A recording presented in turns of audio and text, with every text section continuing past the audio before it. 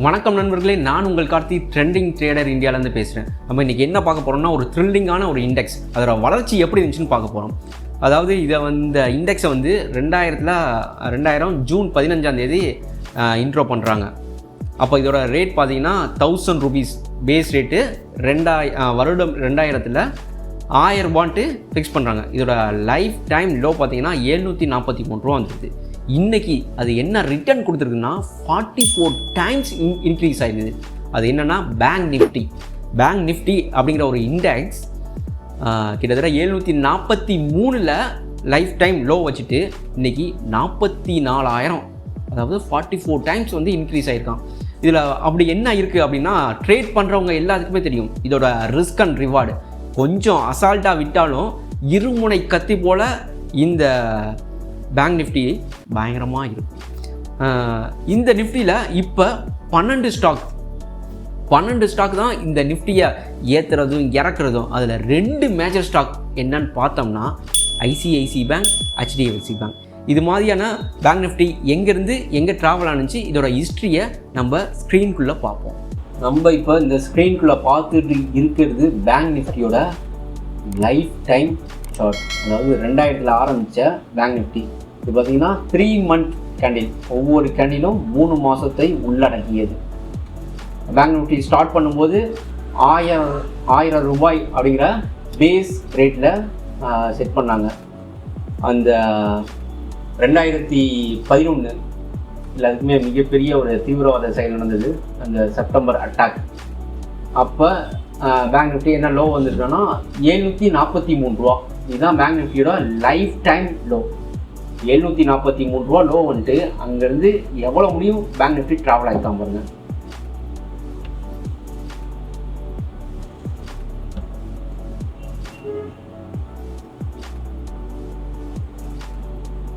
சரி, வரும்போது 713 இந்த டேட் வச்சுருக்கானா, வெள்ளிக்கிழமை. அதுவும் இந்த ஃப்ரைடேனாலே நம்ம மார்க்கெட்டை வந்து வச்சு செஞ்சிடும். இது இப்போலேருந்து ஸ்டார்டிங்லேருந்து 2000 பேங்க் நிஃப்டி 2001 தொடர்ந்து தான் வருது. ஃப்ரைடேனாலே ஒரு செல் ஆஃப், ஒரு பயங்கர செல் ஆஃபோ இல்லை பயங்கர புல் ஆஃபோ வருவதற்கான வாய்ப்புகள் நிறையாவே இருந்துருக்குது. அப்படின்னா இந்த ஹிஸ்ட்ரி நம்மளுக்கு காட்டுது. 743 ரூபா பேங்க் நிஃப்டி லோ. அங்கேருந்து ட்ராவல் ஆனது நல்ல ஒரு புல் பேக் கொடுத்து எவ்வளோ முடிவு போயிருக்காம பாருங்க. அதுக்கப்புறம் வந்த கிராஷ்ன்னு பார்த்தீங்கன்னா 2004 வந்தது. அதுக்கான ஹிஸ்ட்ரி என்னன்னு பார்த்தீங்கன்னா, நல்லா பிஜேபி கவர்மெண்ட், அதுக்கு முன்னாடி வாஜ்பாய் தலைமையில் நல்லா ஆட்சியை கொடுத்துருந்தாங்க. அந்த டைமில் தான் வந்து திடீர்னு இந்த கட்சி வந்து அடுத்த எலெக்ஷனில் சூப்பராக நல்லா பர்ஃபார்ம் பண்ணியிருந்தாங்க. இந்த பிள்ளை தான் அப்துல் கலாம் அந்த பொக்ரைன் குண்டுலாம் இது பண்ணுது. இந்த டைமில் திடீர்னு பார்த்தீங்கன்னா பிஜேபி தோற்றதுக்கப்புறம் ஒரு இதுக்கு முன்னாடி அந்த 2008 ரெசிஸ்டனுக்கு முன்னாடி வந்த மிகப்பெரிய டவுன்ஃபால்னால் இதை சொல்லலாம். பிஎஸ்சி குறியீடுலேயும் சரி, இந்திய வர்த்தகத்துலேயே இது அதுக்கு முன்னாடி இப்போ நடந்த ஹிஸ்ட்ரிலாம் கொரோனா அப்போ நம்மளுக்கு தெரியும், ஏகப்பட்ட டவுன்ஃபால்லாம் வந்துச்சு.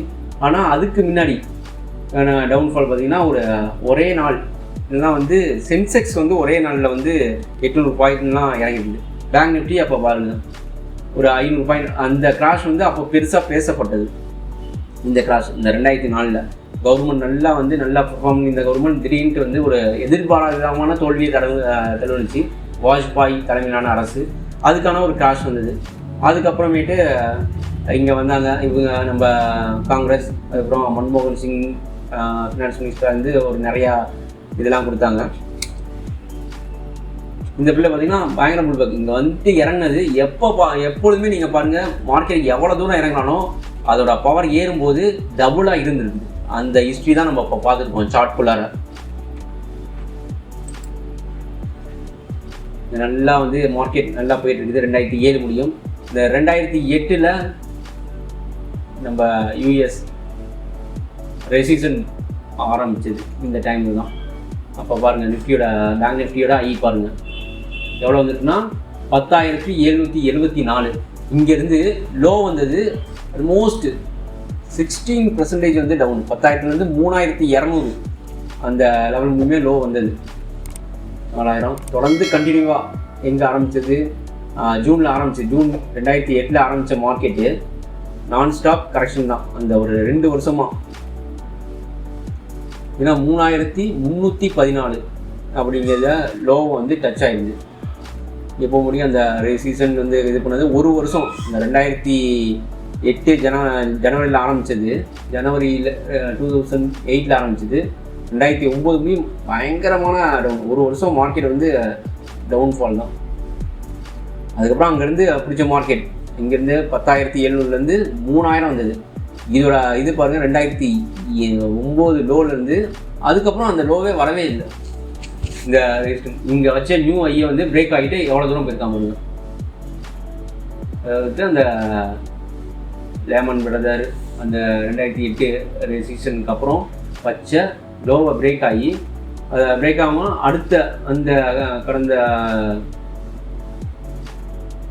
அக்டோபர் மாதம் ஒரு நல்ல எத்தனை பாயிண்ட்டு 300 பாயிண்ட் 3000 பாயிண்ட் 2700 பாயிண்ட் பக்கம் கொடுத்துருக்கானுங்க இந்த லைஃப் டைம் ஐயை பிரேக் ஆகி. அதுக்கப்புறம் 2011 ஒரு ஸ்மால் கரெக்ஷன் வந்தது. மீண்டும் வந்து மார்க்கெட் வந்து ஒரு கன்சாலிடேஷன் ஜோனில் இருந்தது. பார்த்தா தெரியும்.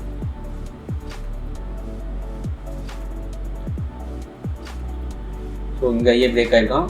அடுத்த ஐ. ஸோ இந்த லோவை அதுக்கப்புறம் வரவே இல்லை. என்ன கிராஸ் வந்தாலுமே இங்கே இந்த 2008 வச்ச லோவை பேங்க் நிஃப்டி வரவே இல்லை. ஸோ அதே மாதிரியே பாருங்கள் இந்த லோவே வரவே இல்லை. மார்க்கெட் அந்த 2001 அட்டாக்ல நடந்த லோவை பிரேக்கே ஆகலை. அதுக்கப்புறம் இந்த லோனா இந்த லோ தான்.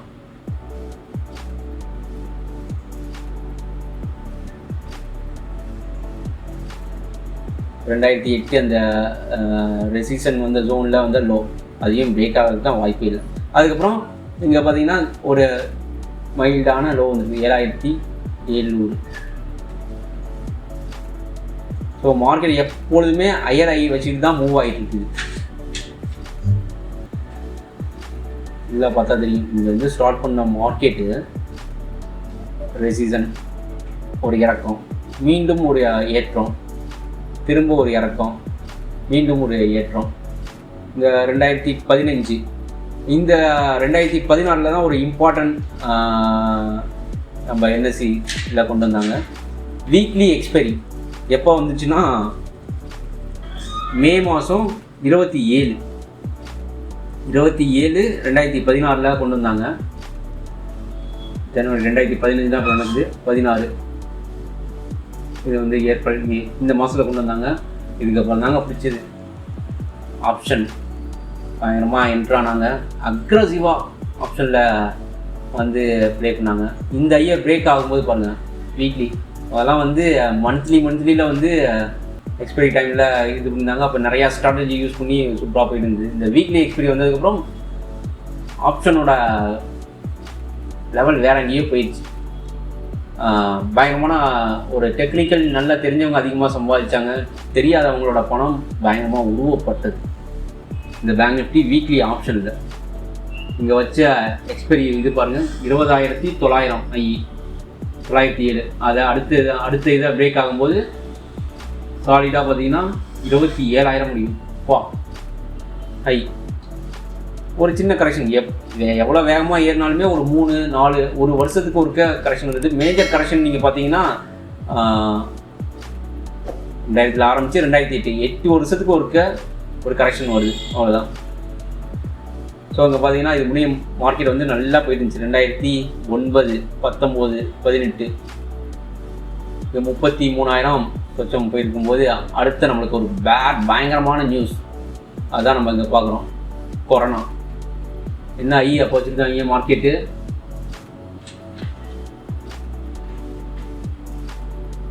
கொரோனாவோட நியூஸ் வந்து பரவ ஆரம்பித்தது பாருங்கள்.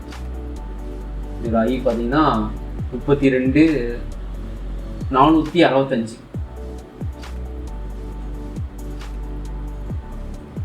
இந்த ஐயை செட் பண்ணிட்டு இந்த லோவெல்லாம் பிரேக்கே ஆகலை. 13,000 பிரேக் ஆகலை. இதோட லோ பாருங்கள் 15,000. ஸோ வந்து 50% கரெக்ஷன். ஸோ இந்த லோலேருந்து இப்போ மார்க்கெட் எவ்வளோ இருக்குது வரும். ஸோ பார்த்தீங்கன்னா 16,116 நம்ம பார்க்குறது பேங்க் நிஃப்டியோட ஸ்பாட் சார்ட். இந்த கொரோனா டைமில் 32,465 அப்படிங்கிற ஐயை வச்சுட்டு லோ எவ்வளோ வச்சுருக்கான், 16,116 வச்சுட்டு அங்கேருந்து பயங்கரமான ஒரு தூக்குனது தான் மார்க்கெட். நான் ஸ்டாப் ரேலி எங்கே வந்து நின்றுருக்குன்னா 44,498ங்கிற ஒரு ஐயை செட் பண்ணியிருக்காங்க. அங்கேருந்து இப்போ 43,900 வந்து ஸ்டேபிள் ஆகியிருக்காங்க. ஸோ நிஃப்டி வந்து இப்போ இந்த ஃபுல்லில் வந்து லைஃப் டைம் ஐயை பிரேக் ஆகிறதுக்கு இன்னும் ஒரு 50 பாயிண்ட் தான் இருக்குது. பேங்க் நிஃப்டி இயர் ஐயை பிரேக் ஆகி நிற்கிது. ஸோ இந்த 44,500 அப்படிங்கிற ஒரு மிகப்பெரிய ரெசிஸ்டன்ட் ஜோனை பிரேக் ஆனிச்சுன்னா நம்ம ஒவ்வொரு ஐக்குமே பார்த்துருக்கோம் எவ்வளோ பாயிண்ட் வந்து ஒவ்வொரு லைஃப் டைம் ஐயை வந்து பிரேக் ஆகும்போதுமே நல்ல ரேலி கொடுத்துருக்காங்க. ஸோ அப்படின்னு பார்த்தோம்னா இந்த இடத்துல மிகப்பெரிய ஒரு ரெசிஸ்டன்ட் ஜோன் அப்படின்னா 44,500. இது பிரேக் ஆனிச்சுன்னா மார்க்கெட் எவ்வளோ முடியும் போகும். இதில் பார்த்தீங்கன்னா என்ன ஒரு எல்லா டேட்டா அனலிஸ்டும் என்ன சொல்லியிருக்காங்கன்னா, இங்கேருந்து ஆரம்பித்த பேங்க் நிஃப்டி 1000 ஆரம்பித்தது 10,770 நிப்பாட்டி அங்கேருந்து ஒரு கரெக்ஷன்.